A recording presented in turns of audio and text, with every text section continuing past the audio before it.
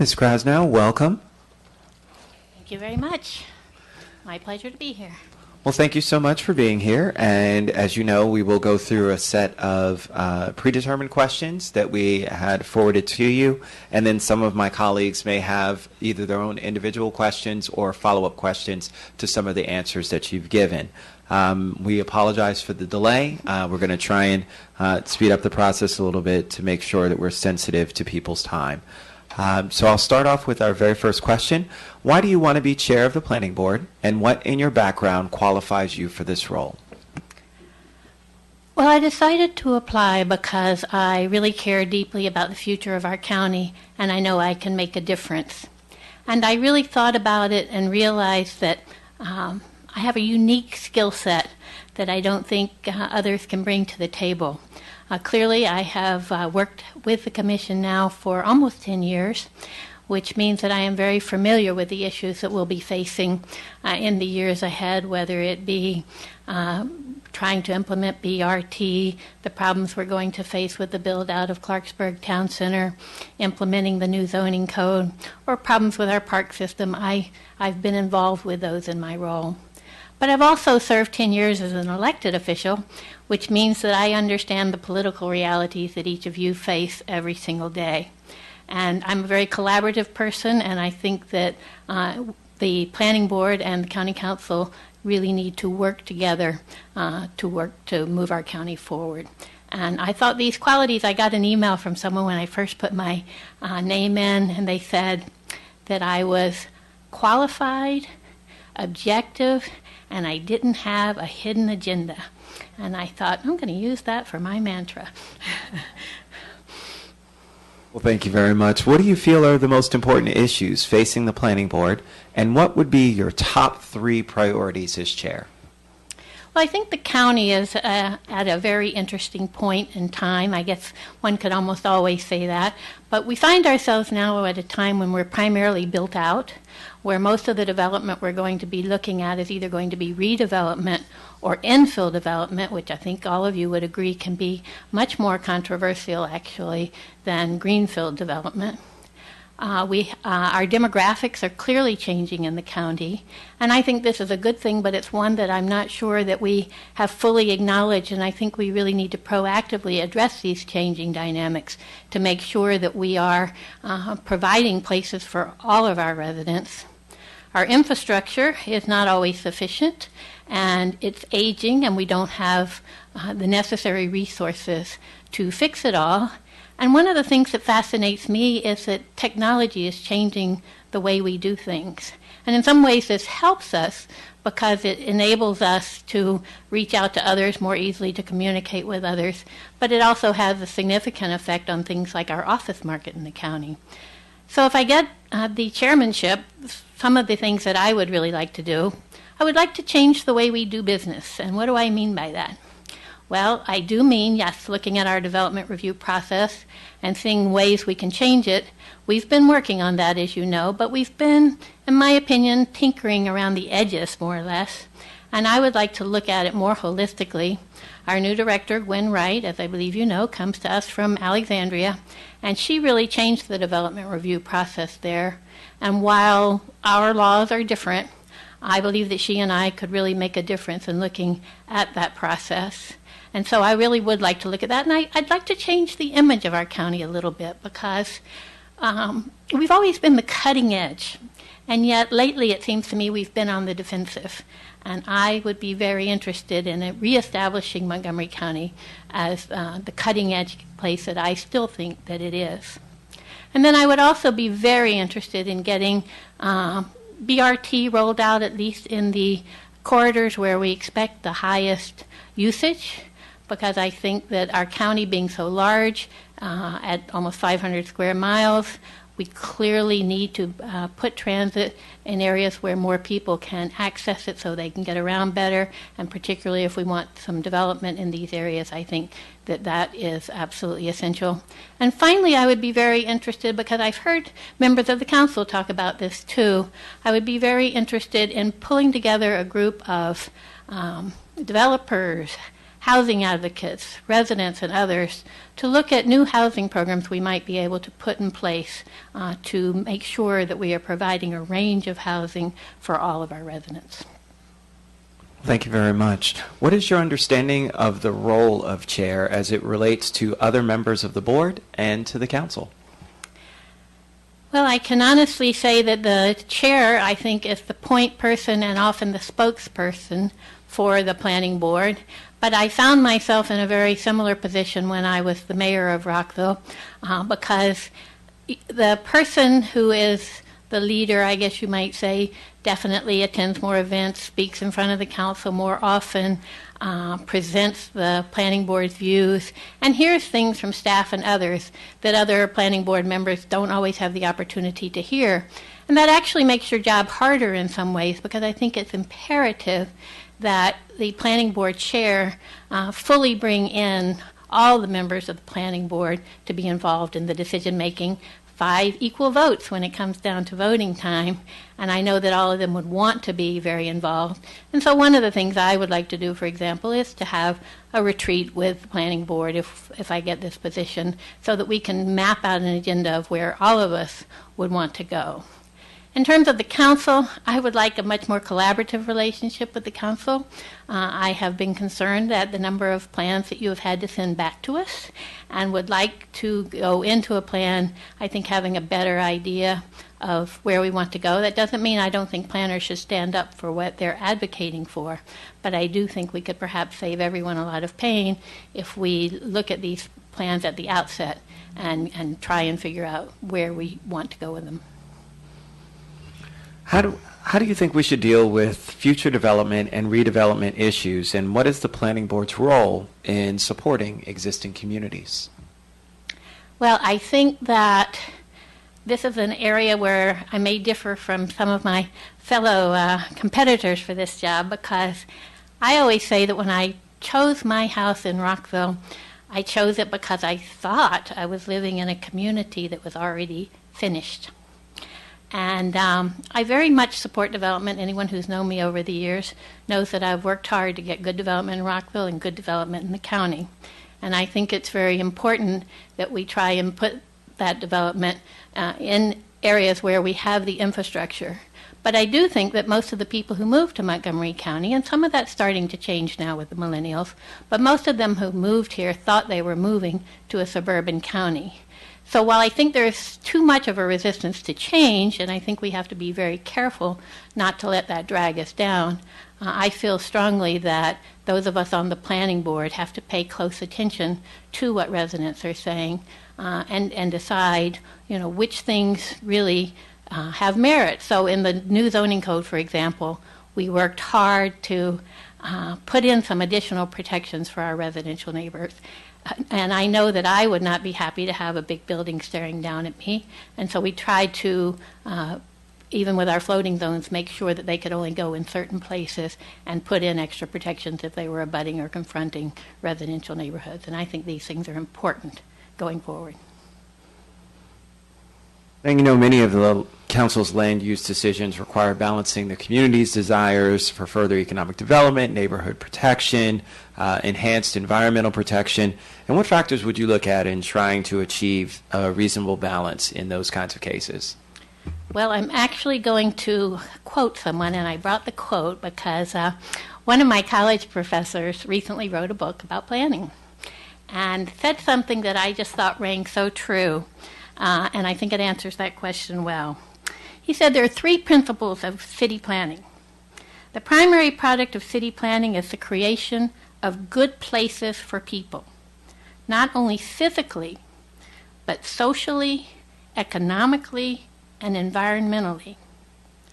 Second, public planning is fundamentally a collaborative process involving not only direct stakeholders, but an influential cast of practitioners, politicians, citizens, advocates, researchers, and educators.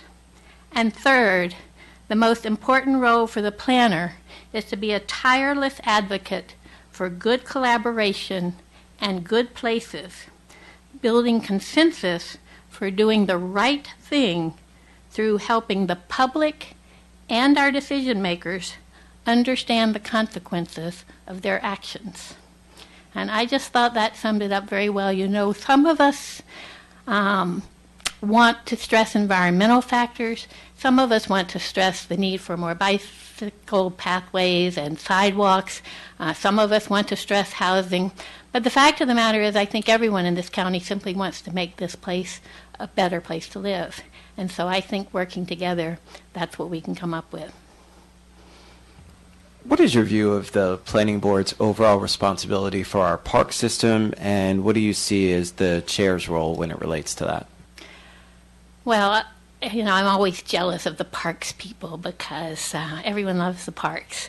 And I see the planning board as the park system's advocate.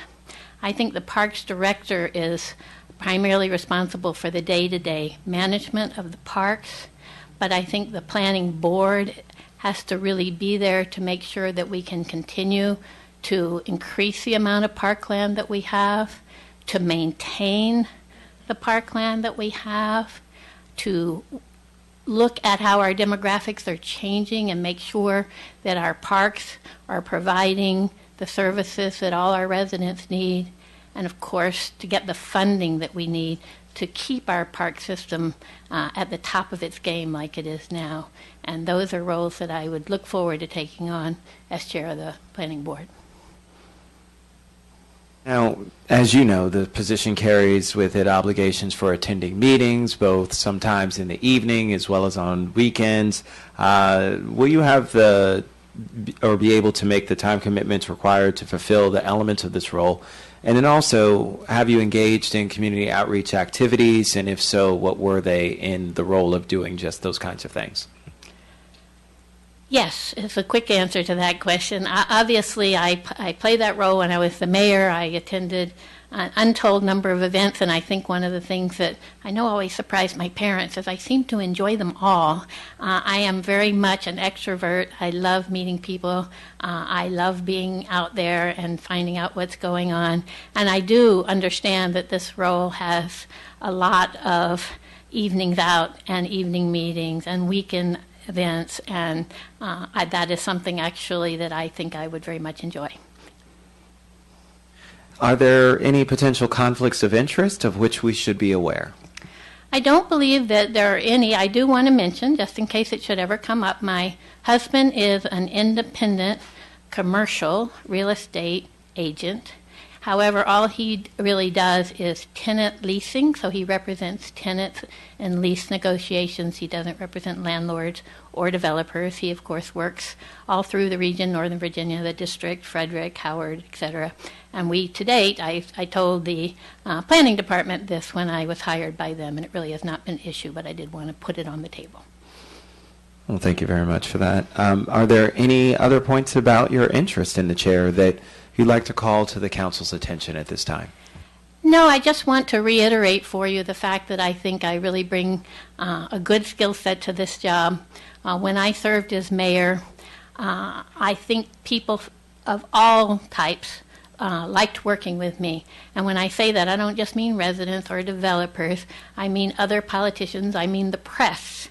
I had a way, I think, of being able to take complex ideas and putting them in words that people could understand, and I think they viewed me as a leader. I think that leadership experience would serve very well in this position. So I hope you will consider that favorably. Excellent. Well, thank you very much, Ms. Krasnow. I do see that we have a few lights on to start. Councilmember Leventhal. Thank you very much, Ms. Krasnow. You've got a great track record in the Rockville and at the Planning Board, and we appreciate your applying for this position. We have a really strong field, and you're certainly part of that. Thank you. Do you support the locally preferred alternative for the Purple Line, including the use of the Georgetown branch right-of-way? Yes, I do. I am very much an advocate of the Purple Line, and I think that while it will have impacts, I recognize, on people who live on either side and on the Capitol Crescent Trail, I think that certainly we are trying to address those issues. And I think that by getting the Purple Line in place, we are really going to be expanding economic opportunities for people both in Montgomery and Prince George's. What do you believe the county should do to maintain our agricultural reserve, and what do you see as the planning board's role in that regard? You know, I have started going almost every week out to Homestead Farm, which is in the Ag Reserve in Poolesville. And I used to go to Butler's, and development has now surrounded Butler's, and while Butler's is still lovely in and of its own self, I love going out to the Ag Reserve. And I took someone new out just this past weekend, and they were saying that it was so amazing to them that they were so close to their house. And I think we've done a great thing with the Ag Reserve, and I very much support its continuance. I think we've done a lot of the things that we should have done to preserve it, particularly with the addition of BLTs, the buildable lot terminations, where now, while it's not required, you can actually preserve all of the land. You know, I think reducing the density to one house per 25 acres, that's pretty significant. One thing I would be interested in doing, however, is I would actually like to sunset the child lot laws, because those were put in place a long time ago to give people the chance to be able to pass on their farmland to their families, and many of them had more than one child. And I thought it was a great rule at the time. But it seems to me that they've had time now to do that. And the cases that come to us are so much more complicated now. We're sometimes dealing with estates. The original owner has died. It's not clear, you know, some of the family relationships. I think that perhaps it's time to sunset that child lot law. Thank you very much, Councilmember Leventhal. Councilmember Andrews. Well, thank you, Mr. Krasnow, for applying. Thank you for your service to the community in so many ways over the years. And the question I have, which I'm asking of each of the candidates, is what is the most valid criticism that you've heard of the Planning Board, and how would you address it as chair? In my opinion, and it probably comes from kind of my role having worked with the commission for the last 9+ years, I don't think we make it clear how someone can get something done in this county. We're trying to satisfy so many different policy objectives that we sometimes end up with a debate that just stretches on and on and on and on. And I think that it would be helpful, and it's something I have said I would do if I become planning board chair. I'd really like to have some conversations with staff, particularly in the planning department, but even with other agencies to a degree, because everyone is so protective of their turf. And, you know, environmental planners want to make sure that they absolutely defend to the death the environmental laws, and others want to do the same thing for transportation, others for housing. And what we end up with is a process that is too convoluted. And I would like to think that I could explain that it's a balancing act, and everyone's going to win some and everyone's going to lose some, and that we need to, in each case, because each case is very different, figure out which priorities we're going to stress and then have business go forward. We just take too long to get these projects approved. Thank you. The second question I have is, what do you think would be a reasonable starting salary range for the new planning board chair? And also, how do you think the council should go about setting it? What kind of factors do you think the council should take into account? Well, honestly, I think a reasonable starting point would be $190,000. And I say that because I am aware of what department heads have made in the county, and they're now higher than that. And I realize we are a separate entity. But I do think that, particularly since the planning chair is head of both the Parks Department and the Planning Department, so in a way they're responsible for two agencies when you think about it. And I do think that's a fair starting range and something that you should look at, like I say, vis-a-vis your other department heads. Okay. Thank you. Thank you very much, Councilmember Andrews. Councilmember Elrich. Could you clarify when you said you'd sunset the child lot? Would you envision sunsetting it and then just not making the lots divisible by the same rule? or did you have something else in mind? No, I meant not having them be divisible by the same rule. In other words, you would then go basically to the one dwelling per 25 acres. I just wanted to be clear about that. I don't want anybody Yes. to get the wrong idea about that. No. If you were planning board chair and you brought a plan in front of us and say, for example, your staff had recommended one thing and the board recommended something different, would you object to your staff being able to explain to us their thinking behind their recommendations to the board as opposed to just defending the plan as they ultimately wrote it for the board? Well, I honestly think that by the time the plan comes to you, that it's then really the planning board's plan. I do think it's important when we're working on a plan within our own realm, you might say, that staff can put together all their thinking, take it to the planning board, and the planning board can give them different directions, but I think it's very important, really at each level, for staff to be able to really be heard and why they're recommending something they're recommending. And so I hear what you're asking, because I know there's a sense sometimes that, and I feel it sometimes too, I mean, professional planners are very proud of knowing what they're doing and having reason for recommending what they've recommended. And politics can sometimes take over, and some of those recommendations can get altered going forward. But the way our process is structured now, once the planning board changes it, I feel that it is going to be changed. And then if there are members of council who might agree with staff, then it's really going to be up to them to argue that point. I don't really think staff should be coming before the council to speak in contradiction to what the planning board has. But asked them to do. if I asked the staff a question based on their recommendation, should I be able to get a frank answer from them? Yes, I mean, I don't have any, I just don't think that we really want, I guess you're saying staff actually that are presenting that plan Yes. to you. I have no real issue with that, but I think it might make staff feel very uncomfortable, I have to tell you, because again, they have put forth their best thinking. The planning board has chosen to alter that thinking, and that is certainly the planning board's right. I'd say that since it's our ultimate decision, I think we would benefit from knowing the thinking that goes into the plans, everybody's thinking. Well, I would certainly be interested in talking to you Okay. further about that idea. Okay. Do you have a view on the CR point benefit system and what you would do to change it? I do have a view on the CR point benefit system. I am not a huge fan of the benefits as they are constructed now. I think we've already learned a lot about the CR zone since it was adopted.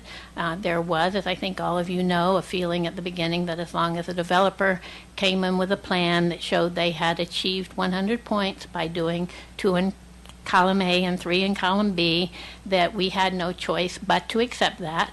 I think the planning board very quickly caught on that no, in fact, we have an absolute obligation to carefully analyze what they're offering and decide. It's too easy, I'm afraid, for developers to choose the cheapest way to reach 100 points, and certainly that does not always get us where we need to be. So I think all of us are glad that we now realize that we need to exercise more discretion in what points we accept. I also think that my concern still, and I will tell you that the very first sketch plan that I read, I was concerned that I didn't feel we had gotten enough, and we're allowing a lot more density than I think any landowner ever could have expected. And I think, therefore, it is not too much to ask that we get a fair amount in return. I still think that we're way ahead of where we were, because what we were getting before was our typical public plaza and maybe some streetscaping, but certainly nothing that I could point to with great pride and say, look what we got for awarding optional method density. So I think we're a work in progress with the CR zone, but definitely I would favor us going back and looking at the points and seeing if we couldn't come up with a better point structure. And lastly, do you have a view on the difference between naturally occurring affordable housing, particularly housing that is affordable below MPDU levels, versus basing a policy on equating MPDUs with any naturally occurring affordable housing? Well, I think our MPDU law has done a wonderful job of creating affordable housing, but clearly not enough. And naturally occurring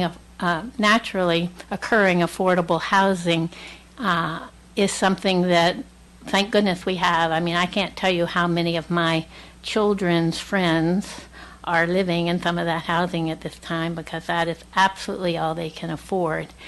I still have concerns as this housing ages that we're going to be up against it. I mean, we have housing, unfortunately, that's affordable but not necessarily desirable to live in. So I don't think it's good enough just to say we should never tear down this naturally occurring affordable housing.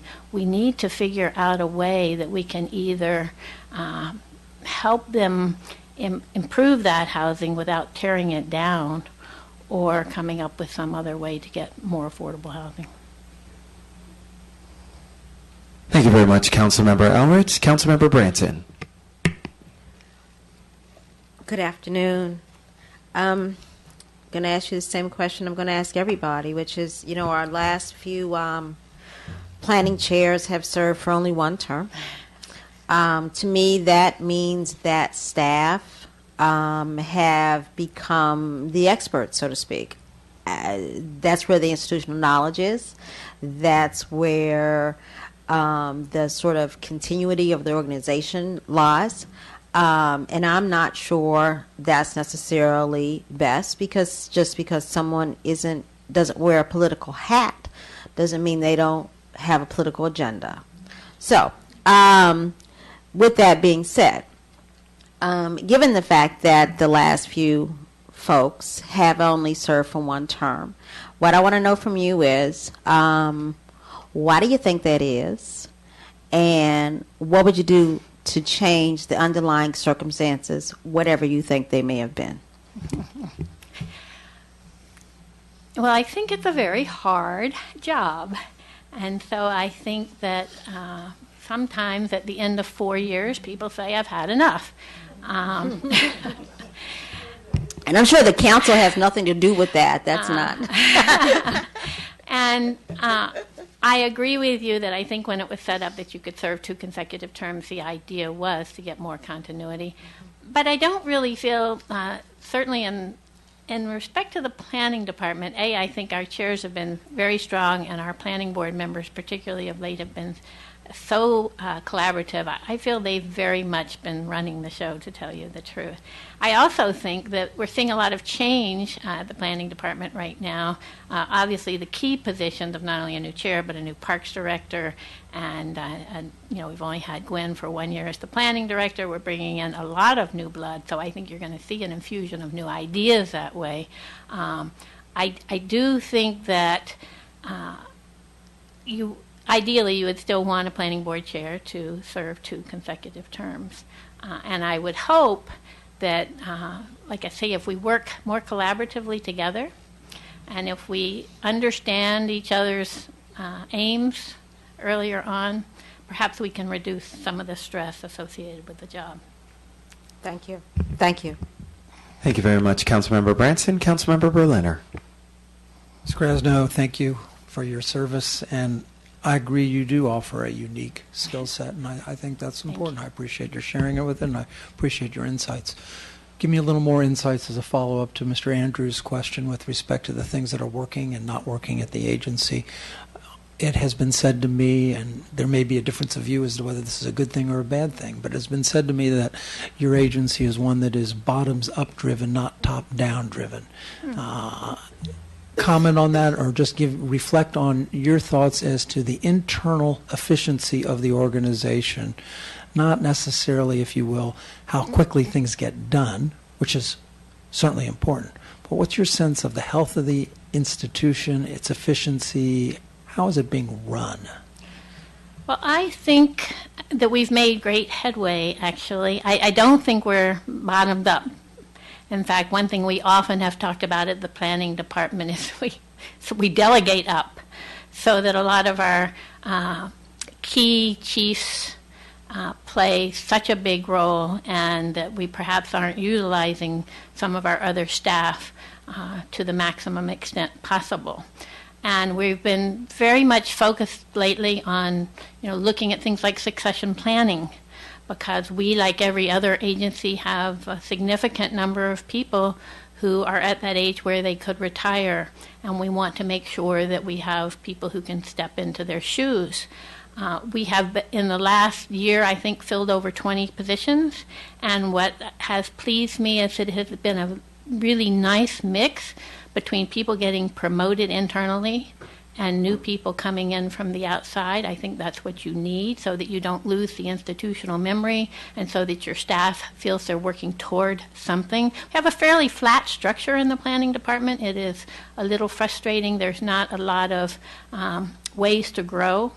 Once you become a planner coordinator, then there are very few real supervisor positions, and then fewer still. I mean, it's your typical hierarchical structure, but I think that staff does sometimes get frustrated. But I think we've really exceeded that hump that we went through when times were so hard, and not only were they not moving up the ladder, they weren't getting any pay increases. There was a lot of friction, obviously, in a lot of areas, as they couldn't get funding to do projects they thought were essential. And I think we're beyond that. So I'm actually feeling very good about the organization. It's one reason I did decide to apply for this job, is that I feel we've turned a corner and we're going in ways you will be pleased to see. Thank you very much, Councilmember Berliner. Councilmember Navarro. Thank you, Ms. Krasnow, and again, thank you for your service as well. Thank you. The question I'm asking everybody is that, it's been said before, the county definitely is shifting in its demographics. It's becoming older.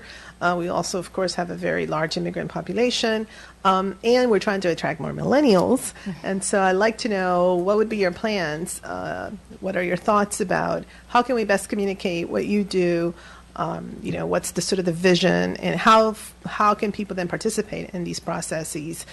So what would you do to attract more millennials into the process, more immigrant voices, as well as elderly? Oh, I think it's very important that we do so, and I will say that I've been pleased, and I give credit here. We've been working a lot with our service center heads, Ramberto Rodriguez and Anna von Balen, and Ken Hartman over in Bethesda. These are people who really are in contact with the people who live in their areas, and they've been able to advise us on better ways to really reach out. I believe it was with you that I had the conversation that when you're a new arrival in this country and you're trying to learn the language and you're trying to get the next meal on the table, to be very honest, it's not a top priority to look at the master plan for the Wheaton CBD. It's just not. And so, as with many things, the planning department is only one cog in this wheel, and so we need to make sure that these immigrants are getting the other things they need so that they can establish a good life here, and then I think we will be more successful in getting them involved.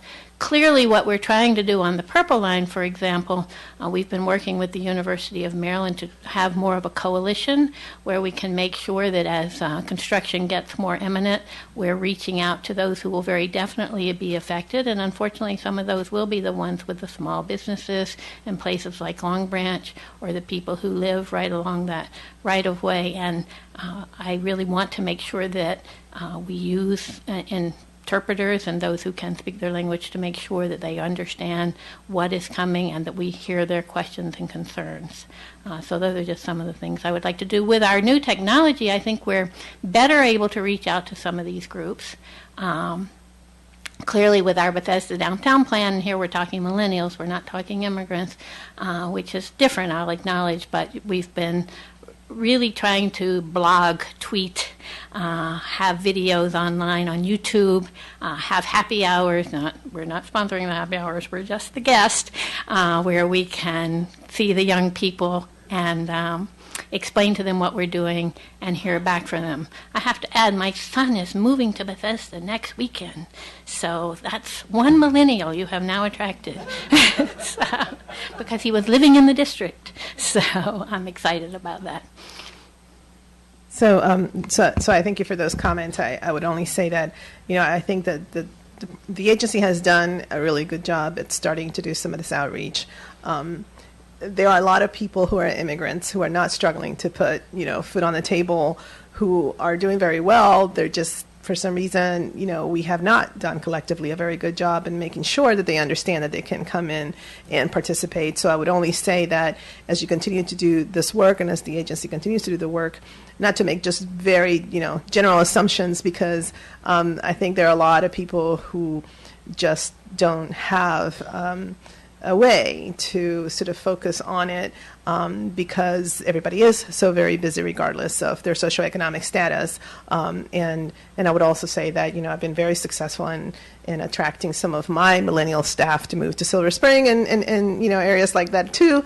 And so I hope that we just do more broad outreach and very creative outreach, because there is no doubt that as the communities change, what we don't want to do is only hear from a very small subset of the neighborhoods and then assume that this is the voice of the entire community. So I just applaud what you've done so far, because the agency has made a lot of inroads in your outreach. Right, we really are trying. I remember when I was mayor of Rockville, we actually appointed an Asian architect to our planning board, and we were all excited, and unfortunately she decided to step off after a year. I still do not know why that happened, and it was of great concern, because you're absolutely right. I mean, they bring great skills, and we really need to have their voices, and I think that we all recognize that. I think that we do more now in terms of our communication staff. You don't think of them as planners, but our communication staff, it gets very excited and really wants the message to get out there, and is working very hard to put it in different languages and to make sure we're at some of these events that are held by the different communities so they can come up and ask us questions. Just being there, I think, makes a big difference. Well, Ms. Krasnow, I see no other lights on, so I think that you'll be free to go. But let me just say thank you for your prior service and for your request to serve in this new role. We appreciate it. We will be in contact with you within the week to let you know what decisions we've made. So thank you very much. Thank you, President Rice and members of the council. All right, ladies and gentlemen, we